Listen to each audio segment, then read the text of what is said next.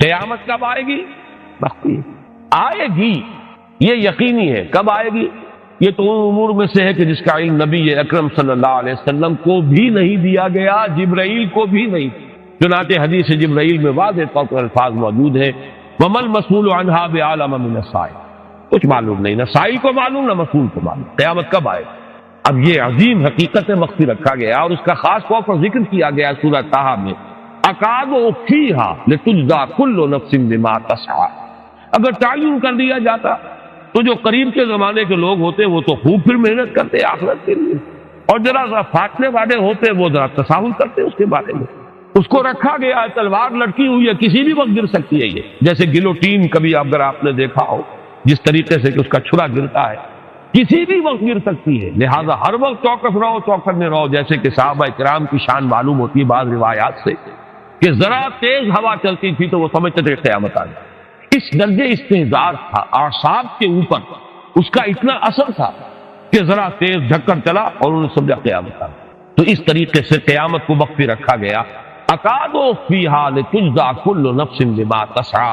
نہ آج سے 100 برس پہلے والوں کو معلوم تھا کہ قیامت کب آئے گی، نہ آج والوں کو معلوم ہے، نہ اگر ابھی دنیا کی عمر ہے ابھی 100 برس اور تو قیامت سے ایک دن پہلے بھی شاید یقینی طور پر معلوم نہ ہو سکے کہ کل قیامت آ رہی ہے، تاکہ ہر وقت جو ہے امتحان اتنا ہی شدید رہے، اتنا ہی کڑا امتحان رہے ہر ایک کے لیے، لتجزی کل نفس بما تسعی، تاکہ ہر ذی نفس کو بدلہ ملے اس کی سعی کے مطابق۔ اسی طریقے سے موت کا وقت معلوم نہیں، وما تدری نفس بأی ارض تموت، کہاں موت آئے گی کچھ معلوم نہیں، کہاں موت آئے گی کب موت آئے گی کچھ معلوم نہیں۔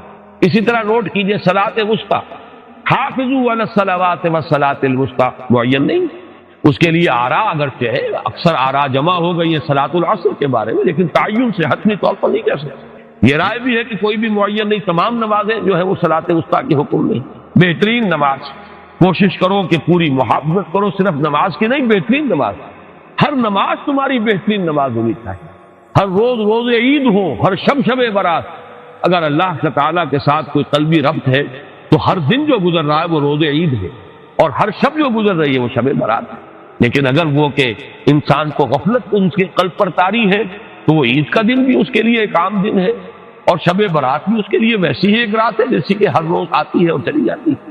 اس اعتبار سے اس کو بھی خاص جو ہے معین نہیں کیا گیا صلاۃ وسطیٰ کون سی۔ اسی طرح بعض روایات میں جو آتا ہے اس میں اعظم، اللہ کا ایک نام ایسا ہے کہ اس کے واسطے سے اللہ سے جو بات مانگی جائے وہ رد نہیں، لیکن وہ کون سا نہیں بتایا گیا۔ اقوال ہیں، اندازے ہیں، حی و قیوم پر زیادہ، الحی القیوم پر زیادہ لوگوں کا جو ہے وہ اجماع ہوا ہے، لیکن یہ کہ یقین سے نہیں کہہ سکتے۔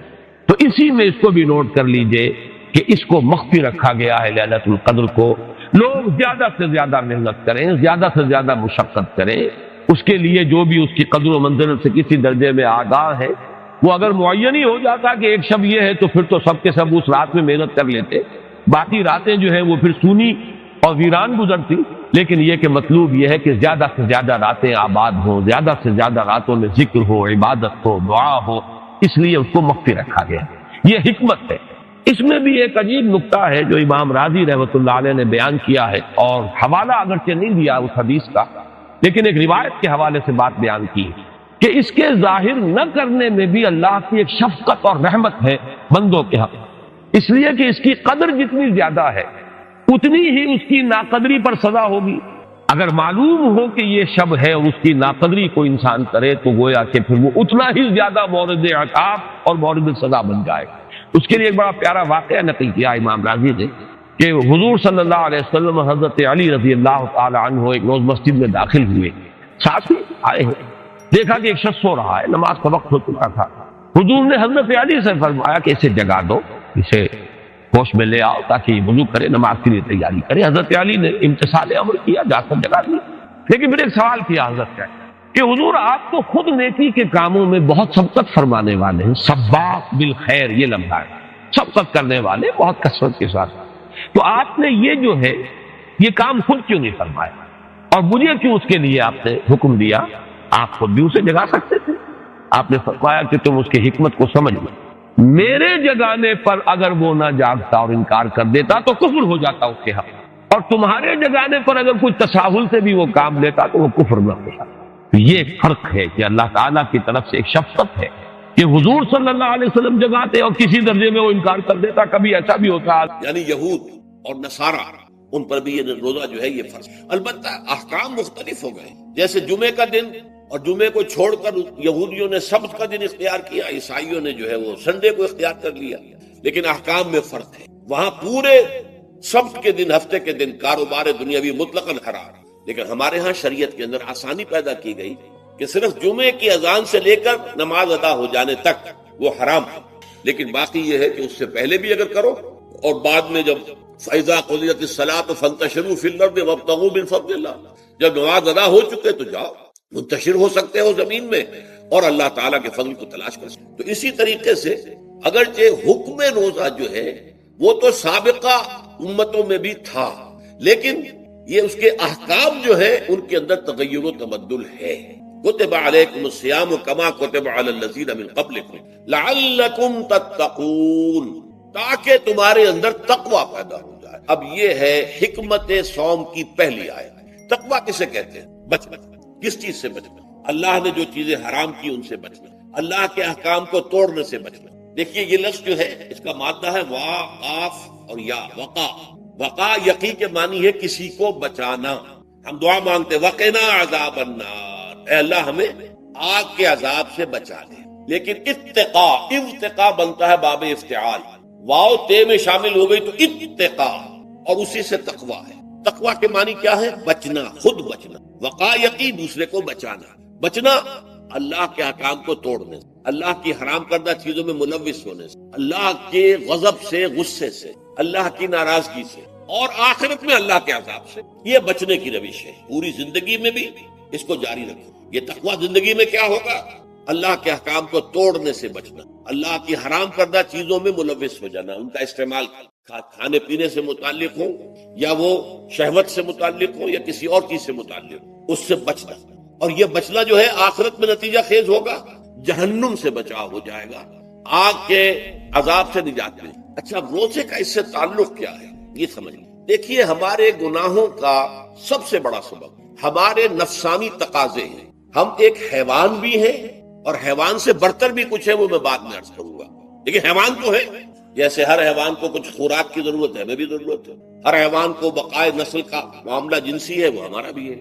ہر حیوان کو کوئی نہ کوئی سر چھپانے کی جگہ چاہیے، کوئی گھونسلہ ہو، کوئی کھو ہو، کوئی بل ہو، کچھ بھی ہو، کچھ تو چاہیے آخر.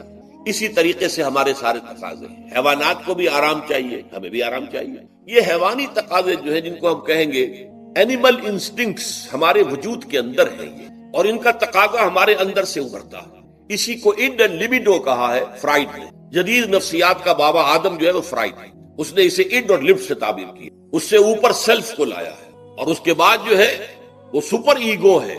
تو یہ 3 درجے اس نے متعین کیے ہیں، اور میں اس کی دقت نظر، ایکیوٹی آف آبزرویشن کا بہت قائل ہوں. اگرچہ نظریات کا جو نتیجہ اس نے نکالا ہے وہ غلط ہے، لیکن ایکویٹی آف آبزرویشن کا قائل ہوں کہ اس نے انسانی شخصیت کے 3 لیولز کو آئیڈینٹیفائی کی. یہی 3 لیولز ہمارے ہاں ہیں، نفس، قلب، روح. یہ 3 لیولز. اس نے کہا اڈ اینڈ لیبیڈو یہ لوسٹ ہے، پھر ایگو، سیلف، پھر سپر ایگو. 3 لیول وہ بھی مانتا، اگرچہ ان کی تعبیر اس نے غلط کی ہے، لیکن جہاں تک اڈ اور لیبیڈو کی تعبیر ہے وہ صحیح ہے. وہ حیوانی تقاضے. اچھا ان حیوانی تقاضوں کے بارے میں یہ بات بالکل واضح رہنی چاہیے کہ یہ اندھے بہرے ہیں. انہیں صرف اپنی گریٹیفیکیشن، اپنے تسکین سے جو ہے ساری بحث ہے. اس سے کوئی غرض نہیں کہ حلال ذریعے سے ہو، حرام ذریعے سے ہو. پیٹ کھانے کو مانگتا ہے بھوک کے اندر. اب آدمی جو ہے حرام کے اندر بھی بیمار بیٹھتا ہے، یہاں تک کہ خود شریعت اجازت دیتی ہے کہ اگر جان پر بن جائے آدمی جو ہے وہ فاقے سے مر رہا ہو تو وہ کوئی حرام چیز کھا کر بھی اپنی جان بچا سکتا، لیکن عام حالات میں نہیں. لیکن ہو سکتا ہے ہمارا چٹخارا جو ہے وہ حرام کی طرف ہمیں لے جائے. کسی کو واقعتاً اللہ نہ کرے کہ سور کے گوشت کا چسکا لگ جائے، وہ اس کے بغیر بچتا ہی نہیں، کھاتا ہے. شراب کی عادت ہو گئی، پیتا ہے. یہ نہیں. تو ہمارا پیٹ مانگتا ہے اور اسے اس سے غرض نہیں کہ حلال سے کھایا ہے یا حرام سے کھایا ہے. ہماری شہوت اپنی تسکین چاہتی ہے، اسے اس سے غرض نہیں کہ حلال سے یا حرام سے، جائز سے یا ناجائز سے.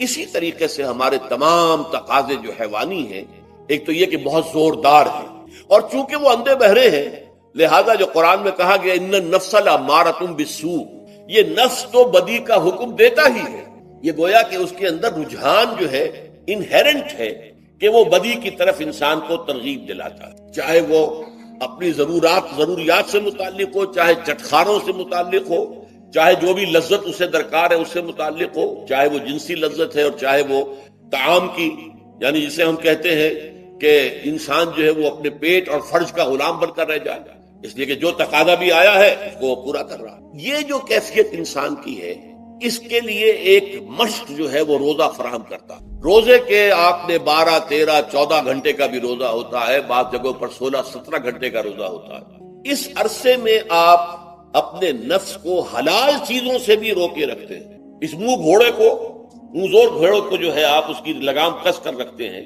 کہ حلال بھی نہیں کھانے دے رہے، بھوک لگی ہوئی ہے، کھانا بہترین موجود ہے، نہیں کھا سکتے، اللہ کا حکم نہیں ہے، اللہ کی اجازت نہیں، شدید پیاس ہے، بہترین مشروبات فریج میں رکھی ہوئی ہے، نہیں کھا سکتے، نہیں پی سکتے، جائز نہیں، حالانکہ حلال ہے، حرام نہیں ہے، بیوی موجود ہے، یا جیسے کہ لونڈیوں کا معاملہ ہوتا تھا، لونڈی موجود ہے، لیکن نہیں، آپ اپنی شہوت جو ہے وہ اس سے پوری نہیں کر سکتے۔ یہ پابندیاں نفس کے اوپر لگانا، یہ ایک مشق، یہ ایک ریاضت ہے۔ اس ریاضت کا حاصل یہ ہونا چاہیے کہ انسان بقیہ 11 مہینوں میں اپنے آپ کو حرام سے تو بچائے نا۔ یہاں وہ حلال سے رکا ہوا ہے اللہ کے حکم سے، کہ حلال چیز بھی نہیں کھا رہا، دن بھر نہیں پی رہا، دن بھر نہیں اپنی کوئی شہوت پوری کر رہا، دن بھر حلال ذرائع سے بھی، تو اس سے اس کے اندر یہ ایک، اس کو ہم کہیں گے سیلف کنٹرول پیدا ہو جائے، اپنے نفس کو قابو میں کر لے۔ یہ گویا کہ اس کا سب سے پہلا، اس روزے کی ریاضت، روزے کی مشق کے حوالے سے یہ اس کی حکمت ہوئی کہ اس سے کے ذریعے سے انسان میں سیلف کنٹرول پیدا ہو رہا ہے، ضبط نفس۔ یہاں پہ تھوڑی سی میں وضاحت کر دوں، رہبانیت کے اندر آپ کو معلوم ہے کہ سیلف اینیہیلیشن، انگریزی الفاظ جو ہیں وہ زیادہ بعض لوگوں کے لیے واضح ہوں گے، نفس کشی، نفس کو کچل دینا، ختم کر دینا، مار دینا، یہ رہبانیت میں ہوتا ہے، اسلام میں نہیں۔ اسلام کا نظام بڑا متوازن ہے، ان لنفسک علیک حقا وان لزوجک علیک حقا وان لزورک علیک حقا۔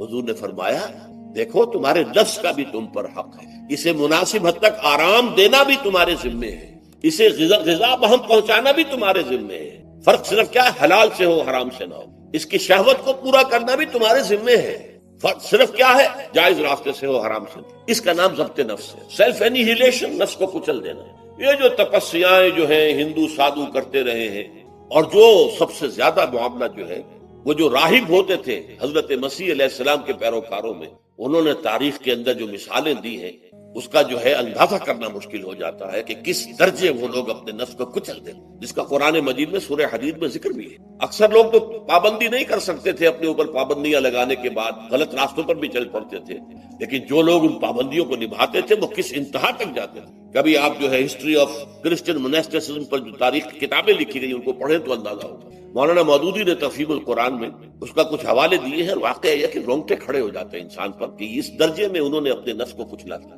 ہمارے صوفیہ کے ہاں بھی بعض ایسی روایات صحیح ہیں یا غلط ہے بیان کی جاتی ہیں، لیکن اسلام کا اصل معاملہ کیا ہے، توازن، اعتدال۔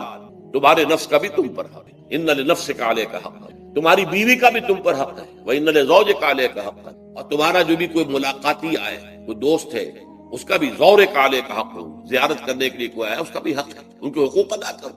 حضرت عبداللہ ابن عمرو بن العاص رضی اللہ تعالی عنہما صحابہ کرام میں اس اعتبار سے بہت ممیز تھے کہ ان پر عبادت جو ہے، عبادت گزاری کا اتنا غلبہ ہو گیا تھا، ہر روز روزہ رکھتے تھے اور رات کو پوری رات کھڑے رہتے تھے۔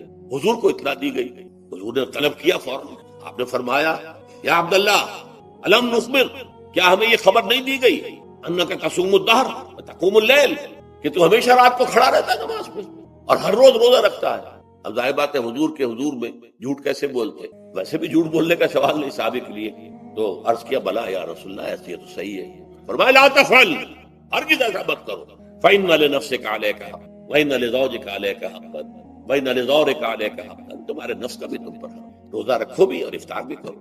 بہترین روزہ جو ہے وہ حضرت داؤد علیہ السلام کا تھا، ایک دن روزہ رکھتے تھے، ایک دن افطار کرتے، لیکن یہ ہے کہ آپ ہفتے میں 2 دن روزے حضور کے ہیں، سوموار کو اور جمعرات کو، مہینے میں 3 روزے، یہ ہیں، اس میں گویا کہ سنت پر عمل بھی ہو جائے گا، لیکن یہ کہ ہمیشہ روزہ رکھنا، بلکہ یہاں تک کہا گیا ما صام من صام الدہر، جو ہمیشہ روزہ رکھتا ہے اس نے کوئی روزہ رکھا ہی نہیں، کیا مطلب؟ یہ تو اس نے اپنی ہیبٹس بدل لی ہیں، ہیبٹس ہو گئی ہیں یہ کہ سارا دن بھر نہیں کھانا، صبح کھانا، شام کو کھانا، بس یہ تو اس نے اپنی ہیبٹ بدل لی ہے، روزہ ہیبٹ بن گیا اس کا۔ ما صام من صام الدہر، جس نے ہمیشہ روزہ رکھا اس نے کوئی روزہ رکھا ہی نہیں، اس لیے کہ روزہ تو در حقیقت اس شخص پر شاخ گزرتا ہے جس کو عادت ہے دن میں کھانا کھانے کی، اس کو دن کے اندر 3 کھانے کھانے کی عادت ہے، تبھی تو وہ شاخ گزرے گا۔ اگر وہ عادت ہی آپ نے بدل لی ہے تو ظاہر بات ہے کہ پھر روزے کی جو برکت ہے وہ تو ظاہر نہیں ہوگی۔ تو بہرحال اس اعتبار سے غور کیجئے کہ یہ پہلا حکم جو ہے روزے کا، لعلکم تتقون، تاکہ تمہارے اندر تقوی پیدا ہو جائے، اپنے نفس پر کنٹرول پیدا ہو۔ اس کو یوں سمجھیے کہ یہ ایک بڑا منہ زور گھوڑا ہے، ہمارا جو نفس ہے، ہمارا جو جسم ہے، حیوانی نظام، اس پر ہماری خودی یا ہماری انا یا ہماری ایگو یا ہمارا سیلف یہ اس پر حکمران ہے، اس کا گھوڑے کا سوار ہے۔ اب اگر گھوڑا منہ زور ہے اور سوار کے قابو میں نہیں ہے تو کیا نتیجہ نکلے گا؟ اب وہ گھوڑے کے اختیار میں ہے، سوار صاحب کی جان جو ہے وہ جا کر پٹک دے، کہیں کسی کھائی میں گرائے، کسی اور جگہ گرائے، وہ تو گویا کہ اس کے رحم و کرم پر ہے۔ ہاں اگر سوار تکڑا ہے اور سوار نے جو ہے گھوڑے کو قابو میں کیا ہوا ہے، اس کی رانوں میں بھی جان ہے، دبایا ہوا گھوڑے کو اپنی رانوں کے درمیان، تو ظاہر بات ہے کہ اب یہ گھوڑا جو ہے بہت بڑی ایسٹ ہے اس کے۔ اب گھوڑا ادھر جائے گا جدھر سوار لے جانا چاہے گا، سوار اپنے مقصد، اپنی منزل تک پہنچے گا گھوڑے کے ذریعے سے، اور اگر برعکس ہے جیسا کہ میں عرض کر چکا ہوں تو وہ سوار جو ہے وہ گھوڑے کے رحم و کرم پر ہے۔ یہی معاملہ ہے، ہماری خودی یا ہماری انا یا ہمارا ایگو، یہ در حقیقت یہ راکب ہے، اور ہمارا وجود حیوانی یہ مرکب ہے، یہ گھوڑا ہے۔ اگر ہم قابو یافتہ ہوں اپنے اس گھوڑے کے اوپر تو یہی جسم ہمارے لیے ایک بہت بڑا ایسٹ ہے۔ ہاتھوں سے نیکی کمائیں گے، پاؤں سے نیکی کمائیں گے، آنکھوں سے نیکی کمائیں گے، کانوں سے نیکی کمائیں گے، یہ ساری نیکیاں کمانے کا ذریعہ بن جائے گا۔ تلاوت قرآن سن رہے ہیں تو کانوں کی نیکی ہو رہی ہے، قرآن دیکھ کر پڑھ رہے ہیں تو آنکھوں کی نیکی ہو رہی ہے، یہ سارے ہمارے اعصاب، ہمارے تمام اعضاء و جوارح نیکی کا ذریعہ ہے۔ لیکن اگر کہیں یہ ہمارا نفس امارہ، ایڈ اور لیبیڈو ہم پر قابو پا لے تو پھر ہم اس کے رحم و کرم، پھر وہ ہمیں جس کھائی میں چاہے گا گرا دے گا۔ تو اس اعتبار سے روزہ مجرد ابھی روزے کی بات ہو، وہ روزہ خاص طور پر کہ جس کا حکم پہلے دیا گیا تھا، ایام معدودات، اس کے بارے میں اس کی حکمت، مجرد روزے کی حکمت کیا ہے؟ ضبط نفس۔ اسی ضبط نفس کا دوسرا نام تقویٰ ہے۔ آپ اپنے نفس پر قابو یافتہ ہیں اور پھر اللہ کے سامنے جھک رہے ہیں، یہ ہوئی نا اصل بات۔ آپ اللہ کے سامنے تو جھک رہے ہیں، اے اللہ میں تیری ہی بندگی کرتا ہوں اور کروں گا، نفس پر قابو ہے ہی نہیں، تو آپ کا یہ کہنا مہمل ہو جائے گا، نفس کا تقاضا ابھرے گا اور آپ اس کے آگے ہاتھ جوڑ کر کھڑے ہو جائیں گے۔ تو گویا کہ جو آپ نے کہا تھا ایاک نعبد و ایاک نستعین، اس کی پیروی کرنا، اس کو پورا کرنا، اس کا تقاضا بجا لانا آسان کام نہیں ہے۔ جو بھی گویا مسلمانوں بلرزم کہ دانم مشکلات لا الہ، جب میں کہتا ہوں کہ میں مسلمان ہوں تو میں مجھ پر کب کب اتاری ہوئی، اس لیے کہ مجھے معلوم ہے کہ لا الہ کہنے کا مقصد کیا ہے، مطلب کیا ہے، اس کے تقاضے کیا ہے۔ تو روزہ مجرد روزے کی غرض و غایت تقویٰ یا ضبط نفس، یعنی سیلف کنٹرول، اور اس سیلف کنٹرول کے ساتھ اپنے پورے وجود کو اللہ کے سامنے جھکا دے، یہ عبادت ہے۔ اب آئیے اس عبادت کے لیے، روزے کے لیے رمضان کا مہینہ کیوں منتخب کیا گیا بالآخر؟ پہلے تو وہ ہر مہینے کے 3 دن تھے، بالآخر مستقل تا قیام قیامت اور رمضان کا مہینہ ہے۔ اس کی علت کیا ہے؟ ظاہر بات ہے کہ سارے 12 مہینے اللہ ہی کے ہیں، ہفتے کے سارے دن اللہ ہی کے ہیں، دنوں میں سید الایام جمعے کا دن ہے، مہینوں میں سید الاشہر، یہ جتنے مہینے ہیں ان میں سردار جو ہے مہینوں کا وہ رمضان مبارک ہے۔ کیوں ہے؟ اب آپ پڑھیے تیسری آیت، شہر رمضان الذی انزل فیہ القرآن، رمضان کا مہینہ وہ ہے جس میں قرآن نازل کیا گیا، اور اس کی مزید کیا ہے تشریح کہ رمضان ہی میں وہ لیلۃ القدر ہے جس میں قرآن نازل کیا گیا۔ اب یہاں 2 چیزیں علیحدہ علیحدہ سمجھ لیجیے۔ ہمیں معلوم ہے کہ قرآن حضور پر نازل ہوا 32 برس میں، نہیں 22 برس میں، 610 عیسوی سے لے کر اس موضوع پر آج شام کو تقریر ہوگی انشاءاللہ مفصل تعارف قرآن کے ضمن میں، بعد نماز عشاء قرآن اکیڈمی کی مسجد میں، کیونکہ معلوم نہیں کہ آج چاند ہو جائے گا یا نہیں ہو جائے گا، لہذا دورہ ترجمہ قرآن کل سے شروع ہوگا، اور آج جو ہے تعارف قرآن اور سورہ فاتحہ کا کچھ مفہوم میں بیان کروں گا، تاکہ یہ کہ رمضان مبارک کے لیے تمہید ہو جائے۔ پھر اگر چاند ہو گیا تو چھوٹی چھوٹی صورتوں کے ساتھ ہم تراویح میں ترجمہ قرآن کے ساتھ تراویح کل سے۔ بہرحال اس ضمن میں رمضان کا چناؤ جو ہوا ہے تو یہ ترجیح بلا مرجح نہیں ہے، ایسے ہی نہیں ہے کہ خیوں ہی اس کو ترجیح دے دی، اس کی حکمت ہے، غایت ہے، علت ہے، اس کا سبب ہے۔ رمضان کا مہینہ وہ ہے جس میں قرآن نازل، اسی میں وہ لیلۃ القدر ہے جس میں قرآن نازل کیا گیا. اگرچہ ہم جانتے ہیں کہ حضور پر قرآن نازل ہوا ہے 22 برس 610 عیسوی سے 632 تک. اس معمے کو کیسے حل کریں گے؟ اس کا حل کیا ہے؟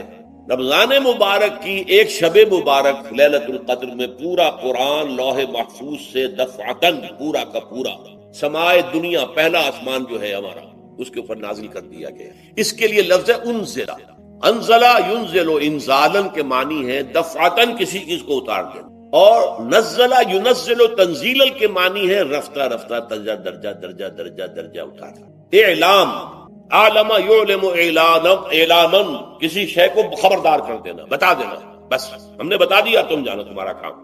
تعلیم یہ ہے اس کو درجہ بدرجہ سمجھانا، اس کے دماغ میں اتارنا، دیکھنا کہ اتنی بات سمجھ گیا تو اگلی بات سمجھانا، یہ سمجھ میں آ گئی تو اگلی بات. تعلیم اس کو کہتے ہیں. تو انزال دفعتاً اتار دینا، تنزیل رفتہ رفتہ تدریجاً تھوڑا تھوڑا کر کے اتار. تو حضور پر تنزیل ہوئی ہے. فإنه نزله على قلبك، جبرائیل نے اس قرآن کو تھوڑا تھوڑا تھوڑا تھوڑا کر کے نزلناہ تنزیلا رتلناہ ترتیلا، ہم نے تھوڑا تھوڑا کر کے اتارا.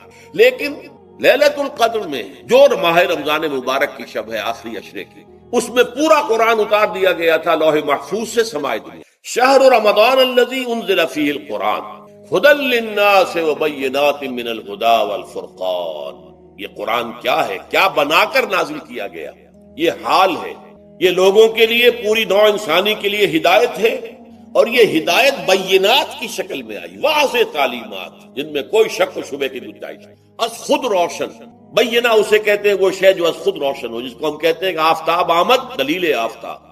جب سورج طلوع ہو گیا تو اپنے وجود پر وہ خود دلیل ہے، اسے کسی اور دلیل سے ثابت کرنے کی ضرورت نہیں، از خود واضح. تو بینات من الہدی، جو قرآن کی بنیادی ہدایت ہے وہ بینات پر مشتمل ہے، واضح چیز ہے جو انسان کے لیے، اس کی فطرت کے لیے جانی پہچانی چیز ہے.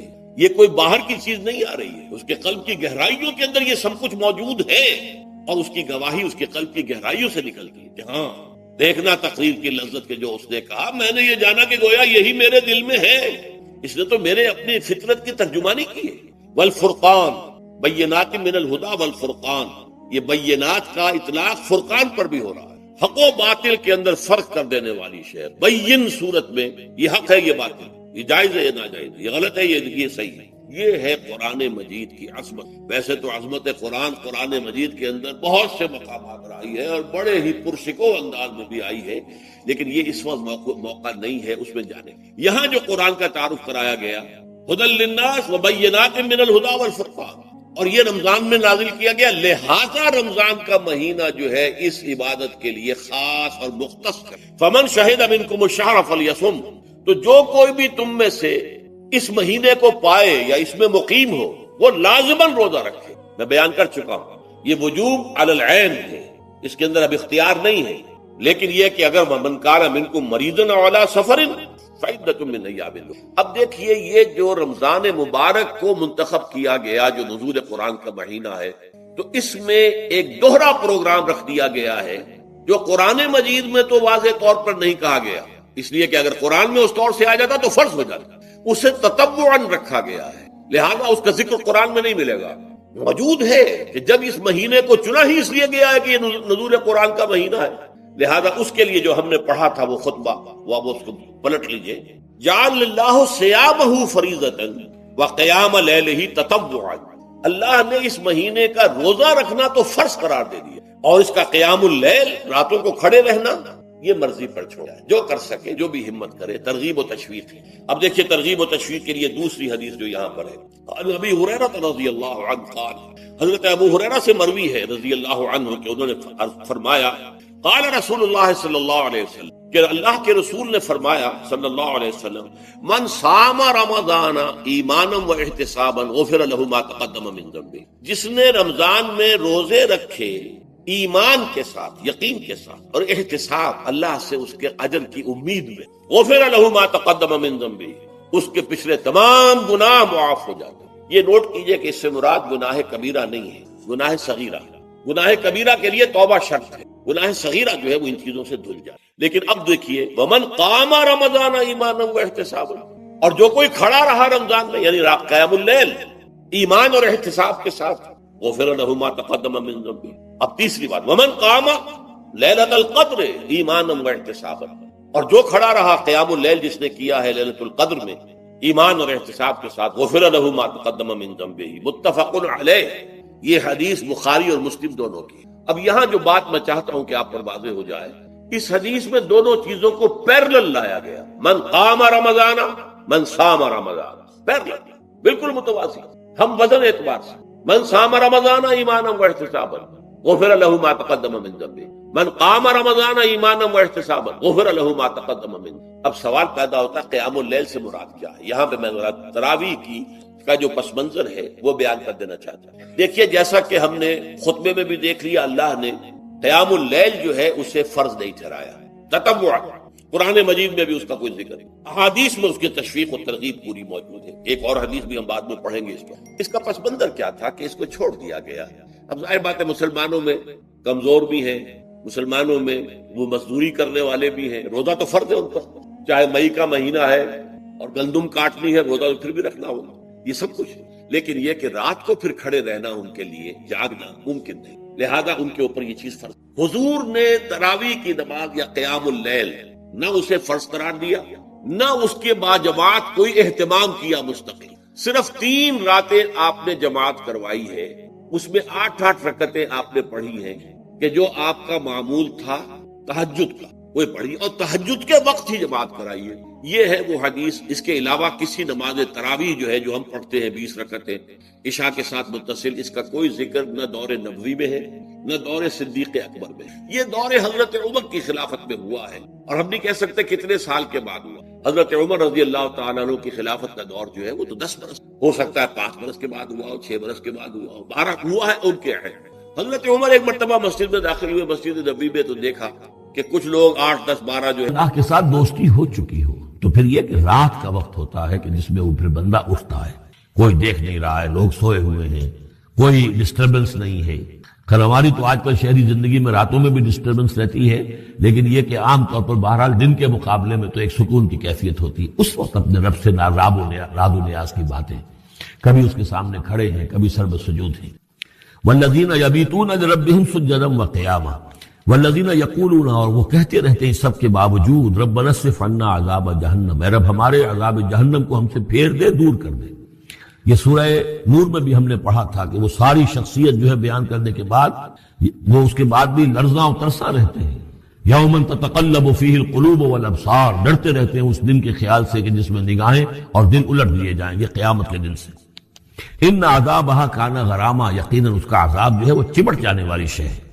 انہا ساعت مستقر و مقامہ، پروردگار وہ جگہ جہنم جو ہے یقیناً بہت بری جگہ ہے، مستقل قیام کے لیے بھی اور تھوڑی دیر کے لیے بھی۔ جو میں نے عرض کیا تھا کہ دنیا میں بری سے بری جگہ بھی جو ہے اس میں بھی آپ تھوڑی دیر کے لیے جائیں گے تو ریکریشن ہو جائے گی چینج کی وجہ سے، اور اچھی سے اچھی جگہ جو ہے اس میں بھی مستقل رہنا پڑے تو پھر اس کے اندر کوئی حسن اور کوئی جو ہے دلچسپی باقی نہیں رہے گی۔ تو اس کے بجائے جو جنت کا اور جنت کا تصور دیا جا رہا ہے، جنت اتنی اچھی جگہ ہے کہ مستقل طور پر رہنے کے باوجود اس کی دلچسپیوں میں، اس کی رعنائیوں میں کوئی کمی نہیں ہوگی، اور جہنم اتنی بری جگہ ہے کہ ایک لہجے کے لیے بھی کسی کا قدم وہاں گیا تو وہ اپنی پوری جو ہے سختی اس کے اوپر ظاہر کر دے گی۔ والذین اذا انفقوا لم یسرفوا ولم یقتروا وکان بین ذلک قواما، اور وہ لوگ کہ جو خرچ کرتے ہیں تو نہ تو وہ اسراف کرتے ہیں اور نہ ہی بخل سے کام لیتے ہیں، بلکہ اس کے بین اعتدال جو ہے واقعہ یہ ہے کہ دنیا کا مشکل ترین کام ہے، توازن اور اعتدال۔ ظاہر بات ہے یہ لوگ جو میچور ہیں، سمجھدار ہیں، اب ان کے ہاں یہ ہوگا کہ ان کے اس خرچ کرنے کے معاملے میں بھی اعتدال ہوگا۔ والذین لا یدعون مع اللہ الہا آخر، 3 کبیرہ گناہ وہ ہیں جیسا کہ ہم نے پڑھا ہے سورہ نساء میں بھی، ان تجتنبوا کبائر ما تنہون عنہ، تو بڑے بڑے گناہ وہ کون سے ہیں کہ جن سے اگر تم باز رہو تو باقی چھوٹے گناہ تو اللہ تعالیٰ جو ہے وہ معاف بھی کرتا رہے گا۔ اور ان میں سے سب سے بڑا تو 2 مرتبہ فرمایا شرک، اور شرک کے بعد پھر قتل ناحق اور پھر زنا، یہ 3 ہیں۔ قتل ناحق سے بھی در حقیقت تمدن کی جڑ کٹ جاتی ہے، اور زنا سے تمدن جو ہے وہ سڈاس بن جاتا ہے، پھر اس کے اندر گندگی ہو جاتی ہے۔ تو اس حوالے سے یہ 3 چیزیں یہاں بیان کی جا رہی ہیں۔ والذین لا یدعون مع اللہ الہا آخر، وہ لوگ کہ جو نہیں پکارتے اللہ کے ساتھ کسی اور معبود کو۔ ولا یقتلون النفس التي حرم اللہ الا بالحق، نہ ہی قتل کرتے ہیں کسی جان کو جس کو کہ اللہ نے محترم ٹھہرایا ہے مگر حق کے ساتھ۔ قتل کے بدلے قتل والا معاملہ ہے، یا مرتد کا قتل ہے، یا زانی شادی شدہ کا رجم ہے، جو بھی ہے۔ ولا یزنون، نہ وہ زنا کرتے ہیں۔ ومن یفعل ذلک یلقى اثاما، اور جو کوئی بھی یہ کام کرے گا وہ اس کی پاداش کو پکڑ کر اس کو جو ہے اس حاصل کر کے رہے گا، یعنی لازماً اس کی سزا اس کو مل کر رہے گی۔ یلقى اثاما یضاعف له العذاب یوم القیامہ، قیامت کے دن اس کا عذاب دگنا کر دیا جائے گا۔ یہ آیت اس اعتبار سے بہت اہم ہے کہ منکرین حدیث نے بہت شور مچایا ہوا ہے کہ قرآن مجید میں کہیں عذاب قبر کا کوئی تذکرہ نہیں ہے، صراحتاً واقعتاً نہیں ہے، احادیث میں بہت تفصیل ہے، لیکن یہ کہ یہ مقام ایسا ہے کہ جس سے ثابت ہوتا ہے کہ قیامت کے دن سے پہلے بھی عذاب ہے۔ یضاعف له العذاب یوم القیامہ، دگنا کیا جائے گا ان کے لیے عذاب قیامت کے دن۔ اس کا مطلب ہے کہ عالم برزخ میں بھی ان کے لیے عذاب ہے۔ اور جو فرمایا گیا ہے کہ یہ جو قبر کا گڑھا ہے یا یہ جہنم کے گڑھوں میں سے گڑھا ہے، اور یا جنت کے باغیچوں میں سے ایک باغیچہ ہے، اور یا تو وہاں ایک کھڑکی کھول دی جاتی ہے جنت کی جہاں سے ٹھنڈی ہوائیں اور خوشبوئیں آتی رہتی ہیں، اور یا یہ کہ کھڑکی کھول دی جاتی ہے جہنم کی طرف جس سے آگ کی لپٹ اور گرمی جو ہے اور لو جو ہے وہ آتی رہتی ہے۔ یضاعف له العذاب یوم القیامہ، قیامت کے دن اس کے لیے عذاب دگنا کر دیا جائے گا۔ ویخلد فیہ مہانا، اور پھر وہ رہے گا اس عذاب میں ہمیشہ ہمیشہ۔ الا من تاب، ہاں استثناء ہے، استثناء یہ ہے من تابہ، جو جس نے توبہ کر لی دنیا ہی کے اندر موت کے آنے سے پہلے معلم یا غرغر۔ الا من تابہ و آمن، اور ایمان لایا۔ گویا کہ جو شخص اس قسم کے گناہوں میں مبتلا ہوتا ہے چاہے وہ قانوناً کافر نہ ہو، حقیقتاً وہ کافر ہو جاتا ہے، ایمان اس کے دل سے نکل جاتا ہے۔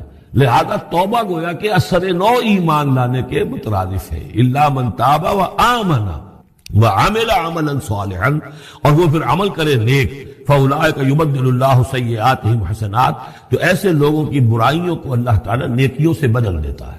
اس کے دونوں معنی ہے کہ توبہ کے نتیجے میں ایک تو نامہ اعمال میں جو اندراج ہوا تھا برائی کا وہ صاف ہو جائے گا، اور اس کی جگہ نیکی کا اندراج ہو جائے گا۔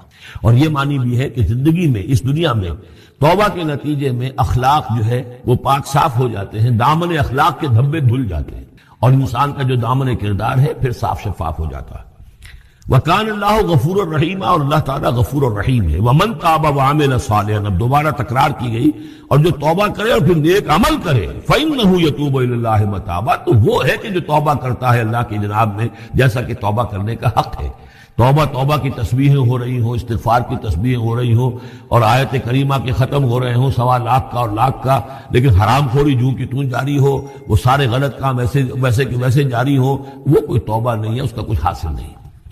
والذین لا یشهدون الزور، اور وہ لوگ کہ جو جھوٹ کے پر موجود بھی نہیں رہتے۔ جھوٹ کی گواہی والی بات نہیں ہے یہاں، لیکن جھوٹ کی گواہی تو گویا کہ اس کے اندر خود بخود امپلائڈ ہے، یعنی ان کے اندر صداقت اور حق کے ساتھ اتنی غیرت ہوتی ہے کہ جہاں کوئی جھوٹ کا گزر بھی ہو وہاں وہ اپنی موجودگی بھی پسند نہیں کرتے۔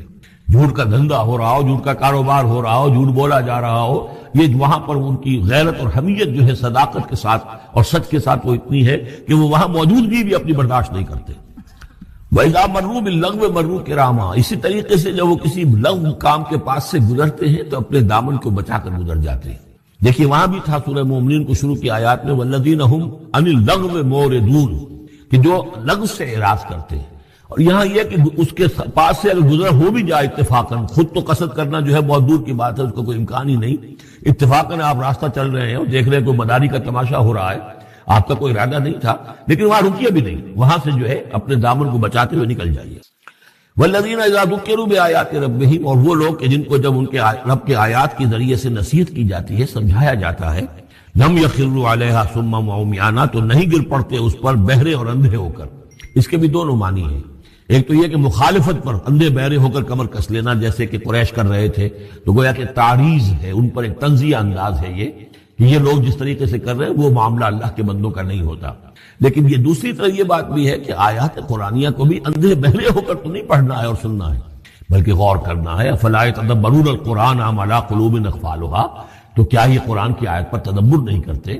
وَتَدَبَّرُوا فِيهِ لَعَلَّكُمْ تُفْلِحُونَ، تدبر کرو تاکہ تم سمجھو۔ تو اس طریقے سے محض جو ہے وہ قرآن مجید کو بھی اندھے بہرے ہو کر جو ماننا جو ہے اس سے بھی بہرحال عباد الرحمن جن کی یہاں تعریف کی جا رہی ہے ان کے مقام سے وہ جو مقام ہے ان کے مرتبے سے فروتر ہے۔ والذین یقولون ربنا ھب لنا من ازواجنا وذریاتنا قرۃ اعین، اور وہ لوگ جو کہتے ہیں کہ اے رب ہمیں اپنی بیویوں اور ہماری اولاد کی طرف سے آنکھوں کی ٹھنڈک عطا فرما، یعنی یہ کہ جس راستے پر ہم چل رہے ہیں ہماری اولاد ہمارے گھر والے بھی اسی راستے پر چلیں تاکہ ہماری آنکھیں ٹھنڈی ہوں۔ ایسا نہ ہو کہ میں تو اللہ کے دین کے راستے کی طرف چلنے کی کوشش کر رہا ہوں اور اولاد کسی اور طرف کو زور لگا رہی ہے، تو ایک کشاکش ہے۔ پھر یہ جو صورتحال جو ہے فرکشن گھر کے اندر پیدا ہوتی ہے، تو اللہ تو ہمیں ہمارے گھر والوں سے آنکھوں کی ٹھنڈک عطا فرما، اور آنکھوں کی ٹھنڈک ظاہر بات ہے عباد الرحمان کی کن چیزوں میں ہوگی کہ وہ بھی اللہ کے بندے بنے، اللہ کی بندگی کے راستے پہ اختیار کریں۔ وَجْعَلْنَا لِلْمُتَّقِينَ إِمَامًا، اور ہمیں متقیوں کا امام بنا۔ اس کا یہ مطلب نہیں ہے کہ امامت کی طلب ہے، بلکہ یہ کہ ہم خود امام ہیں۔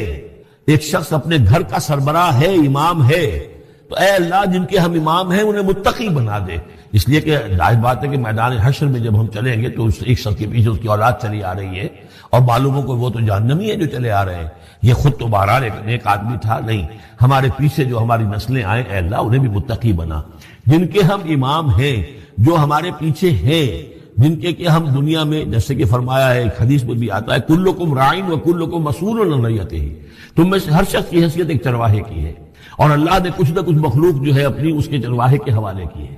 تمہاری اولاد ہے، تمہاری بیوی ہے، یہ گھر کنبہ ہے، یہ تمہارا جو ہے یہ گویا کہ تمہارے متبعین ہیں، تمہارے فالوورز ہیں، تو اللہ ہمارے فالوورز کو متقی بنا دے اور ہماری جو امامت ہے وہ متقیوں کی امامت ہو۔ اولئک یجزون الغرفۃ بما صبروا، یہ وہ لوگ ہیں کہ جن کو بالا خانے ملیں گے ان کے صبر کی جزا میں، انہوں نے صبر کیا۔ ظاہر بات ہے کہ اللہ دنیا میں بے شمار مواقع آتے ہیں حرام خوری کے، ایک بندہ مومن بچتا ہے، بہت سے مواقع پر اللہ تعالیٰ موقع دے کر آزما لیتا ہے کہ ذرا سی بھی اس کی اندر کمی ہو تو پھر یہ نکل جائے کسی غلط راستے کی طرف۔ انسان جو ہے صبر کرتا ہے، جذبات کو روکتا ہے، اپنی خواہشات کو روکتا ہے، شہوات کو تھامتا ہے، ان تمام چیزوں کو سنبھال کر یہ سب گویا کہ پوری زندگی صبر ہے۔ تو بما صبروا اولئک یجزون الغرفۃ بما صبروا، یہ وہ لوگ ہوں گے کہ جنہیں بدلے میں ملیں گے بالا خانے جنت کے ان کے صبر کے عوض۔ وَيُلَقَّوْنَ فِيهَا، ان کا استقبال کیا جائے گا وہاں جنت میں، ان بالا خانوں میں، تحیۃ و سلاما، سلام کے ساتھ اور دعاؤں کے ساتھ، خالدین فیہا، وہ رہیں گے اس میں ہمیشہ ہمیش، حسنت مستقرا و مقاما، بہت ہی عمدہ ہے وہ جگہ، مستقر کے طور پر بھی، مستقل قیامگاہ کے طور پر بھی، اور مقامہ تھوڑی دیر کے لیے بھی۔ تو یہ وہ ایک کنٹراسٹ ہے۔ جہنم کو فرمایا ساعت مستقر و مقامہ، اور جنت حسنت مستقر و مقامہ۔ قل ما یعبأ بکم ربی، اے نبی ان سے کہہ دیجئے میرے رب کو تمہاری کوئی پرواہ نہیں ہے، یہ نہ سمجھو کہ میں تمہارے پیچھے اپنے آپ کو ہلکان کر رہا ہوں، تو میرے رب کو کوئی تمہاری ضرورت ہے، میرے رب کی کوئی ضرورت اٹکی ہوئی ہے تمہارے بغیر، وہ بات پوری نہیں ہوگی، یہ چھپر تم ہی اٹھاؤ گے تو اٹھے گا ورنہ اٹھ نہیں سکتا، یہ نہ سمجھو۔ قل ما یعبأ بکم ربی لولا دعاؤکم، اگر نہ ہوتا تمہیں پکارنا۔ اللہ نے یہ بات اپنے ذمہ لی ہوئی ہے کہ تمہیں خبردار کر دیا جائے۔ اللہ تعالیٰ وما كنا معذبین حتی نبعث رسولا، ہم عذاب نہیں بھیجتے رہے جب تک کہ رسول کو نہ بھیج دیں، اس لیے مجھے بھیج دیا ہے، میں لگا ہوا ہوں اس کے حکم سے، میں تمہاری گلیوں میں بھی تمہیں سنا رہا ہوں، تمہارے گھروں میں جا کر تم سے بات کر رہا ہوں، اکیلے بھی بات کر رہا ہوں، ڈنکے کی چوٹ بھی کر رہا ہوں، لیکن یہ نہ سمجھو کہ کوئی اس میں میری غرض ہے یا میرے رب کی کوئی ضرورت ہے۔ قل ما یعبأ بکم ربی، میرے رب کو تمہاری پرہکا کے برابر کوئی وقت تمہاری نہیں ہے ان کے نزدیک، لولا دعاؤکم، اگر نہ ہوتا تمہارا پکارنا، فقد کذبتم، تو دیکھو تم نے جھٹلا دیا ہے، فسوف یکون لزاما، اب عنقریب یہ تمہارے ساتھ چمٹ کر رہے گا، یعنی یہ کہ اس کا جو عذاب ہے، اس کی جو پاداش ہے وہ تمہیں مل کر رہے گی۔ اب ایک بات نوٹ کیجئے، نفاق کا عموم جو ہے اس کے بارے میں ہم سمجھتے ہیں کہ منافق تو شاید کوئی علیحدہ ہی کوئی نوع ہے، جیسے نوع انسان، نوع مومن، نوع مسلم، نوع منافق نہیں، منافق بھی مسلم ہوتا ہے for all legal purposes, for all practical purposes, منافق مسلم ہوتا ہے، البتہ اندر سے مومن نہیں ہوتا، مسلم ہے قانوناً اسلام اس کا ثابت، لیکن اندر مومن نہیں ہے۔ یہ کیفیت ہے در حقیقت یہ منافق۔ ایک ہے ایمان کے منافی کفر، یعنی کھلم کھلا ایک شخص انکار کر رہا ہے، قرآن کا انکار کر رہا ہے، حضور کا انکار کر رہا ہے، یا اللہ کی توحید کا انکار کر رہا ہے، کھلم کھلا، یہ تو کافر ہو گیا۔ ایک وہ شخص ہے کہ جو اپنے اوپر اسلام کا پردہ ڈالے ہوئے ہے، کہتا ہے میں مسلمان ہوں، کلمہ شہادت ادا کرتا ہے، نماز پڑھتا ہے، روزہ رکھتا ہے، لیکن اندر سے کافر ہے۔ اس کے دل میں ایمان کی کوئی رمق موجود نہیں. تو در حقیقت یہی ترتیب ہے. پھر سورہ منافقون کے بعد سورہ تغابن آتی ہے. سورہ تغابن ہم اس منتخب نصاب کے دوسرے حصے میں پڑھ چکے ہیں، اور وہ حقیقت و ثمرات ایمان کے موضوع پر قرآن مجید کی جامع ترین صورت ہے. تو گویا کہ